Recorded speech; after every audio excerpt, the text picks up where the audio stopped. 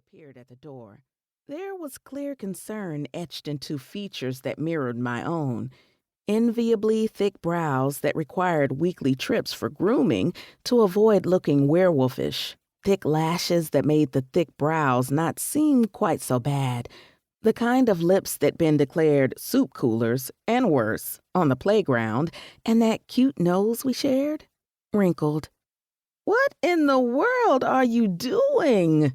she asked, big brown eyes growing even bigger as she surveyed the room from her place in the door.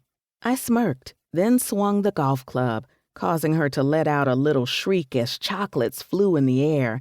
Picking up another box, I put it into position before I answered, working out my aggression. She snorted as Janae Aiko began with Lion King, singing about a man who essentially lied and broke hearts for the fun of it. "Is that what you're calling this?" "Yes." "So that flower massacre I passed in dining room, should I assume that was part of your self-prescribed anger management as well?" I swung again, muttering, "Yes," as the chocolates from that particular box landed perfectly against a pair of white suede sneakers Darius had paid a particularly exorbitant amount for. "Yes," I said again, a little louder, this time answering my mother's question. "And you know how I feel about flowers." "I do," she nodded.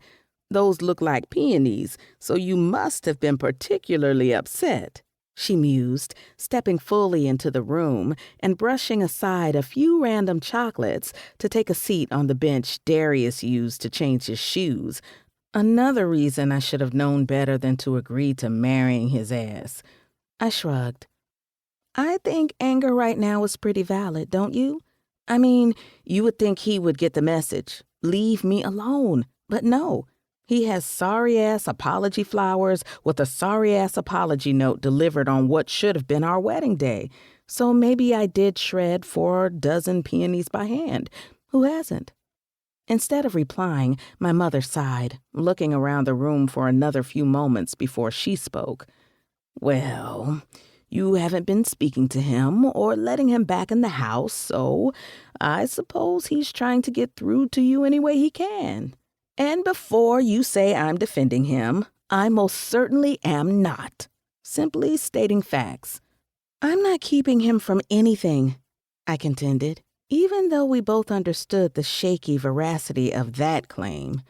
"Just because I changed the code for the gate and called and had his name removed as an authorized person with the security company doesn't really mean that much.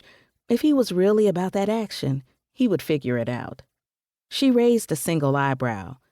"But the security guards know the code and know him, yet no one is letting him in. You have nothing to do with that, either." "If they took sides, that's not my fault. They love me. Everybody that matters does, except apparently the man I almost married." A harsh sigh burst from my lips after that, and I shook my head, grabbing another box of chocolates from the plastic bin they were stored in. I was barely halfway through, and my shoulders were starting to ache from swinging the golf club. Maybe I should just dump the rest and call it a day. Feeling my mother's gaze against my back, I turned to find her staring at me and lifted an eyebrow. "What?" I asked, and she straightened a little, resting clasped hands atop crossed legs in that uniquely Carla Ann Cunningham way that always made me question my manners. But there was no scolding, only a slight raise of her shoulders as she leveled me with a steady, kindly gaze. "Nothing, I guess. I think I assumed your statement about Darius was going to be followed by tears. I was just waiting." I laughed at that. A deep, hearty laugh that turned the kindness in my mother's eyes to concern for my sanity as I straightened up, clutching my stomach. Looking her right in the face, I shook my head. "No, absolutely not. I refuse to cry over him. Haven't shed a single tear yet, and don't plan to. Ever." My mother's deep, knowing sigh set my teeth on edge. That universal sound of, "Oh, you just keep living," was all too familiar.